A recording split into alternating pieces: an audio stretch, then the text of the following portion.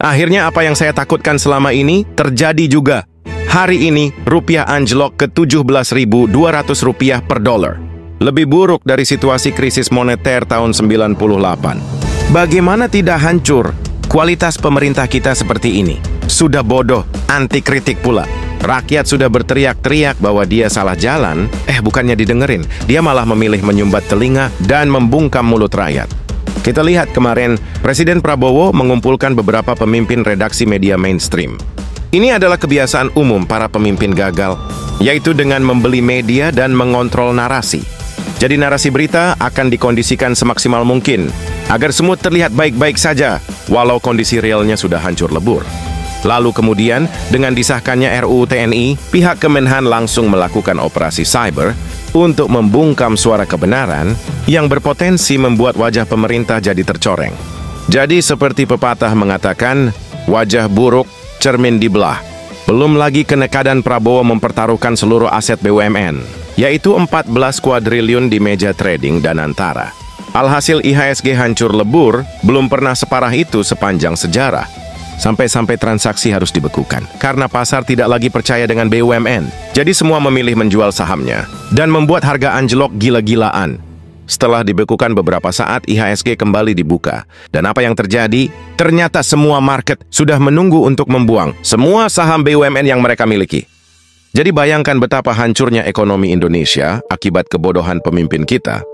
Jadi dari problem dalam negeri saja, alias kebobrokan pemerintah, Indonesia sebenarnya sudah krisis luar biasa. Jadi bagi Trump, cukup hanya dengan sekali hentakan Indonesia langsung ambruk.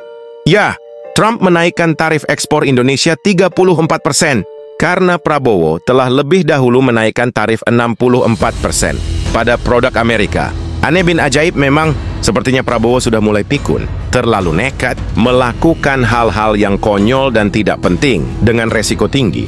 Tapi para buzzer malah menyebut kepikunan Prabowo itu sebagai tindakan macan pemberani, tidak takut pada negara superpower. Lah, Amerika adalah pembeli terbesar produk Indonesia. Kok Anda sakiti dengan menaikkan tarif 64%? Ibarat Anda punya pelanggan tetap, harusnya Anda baik-baikin, bukan Anda kerjain. Dengan menaikkan harga tinggi, itu namanya bukan pemberani tapi bodoh. Belum lagi ternyata, Indonesia sudah tidak punya duta besar lagi di Amerika. Aduh, benar-benar kacau pemerintah kita ini. Tapi Anda tahu apa respon Prabowo menanggapi semua isu ini? Tidak apa-apa, market anjlok.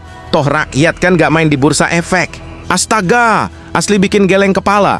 Apa nggak malu itu para stafnya yang rata-rata doktor membiarkan Prabowo ngomong ngaco di publik, benar-benar memalukan. Semua yang terjadi pada ekonomi makro, ya akan berimbas pada ekonomi mikro.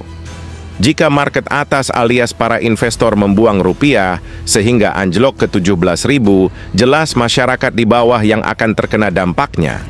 Lalu respon kedua Prabowo adalah, kita tidak perlu khawatir soal perang tarif, sebab pemerintah sudah mengantisipasinya lewat program MBG selama ini. Alamak, benar-benar dah kehabisan kata-kata melihat semua kedunguan ini.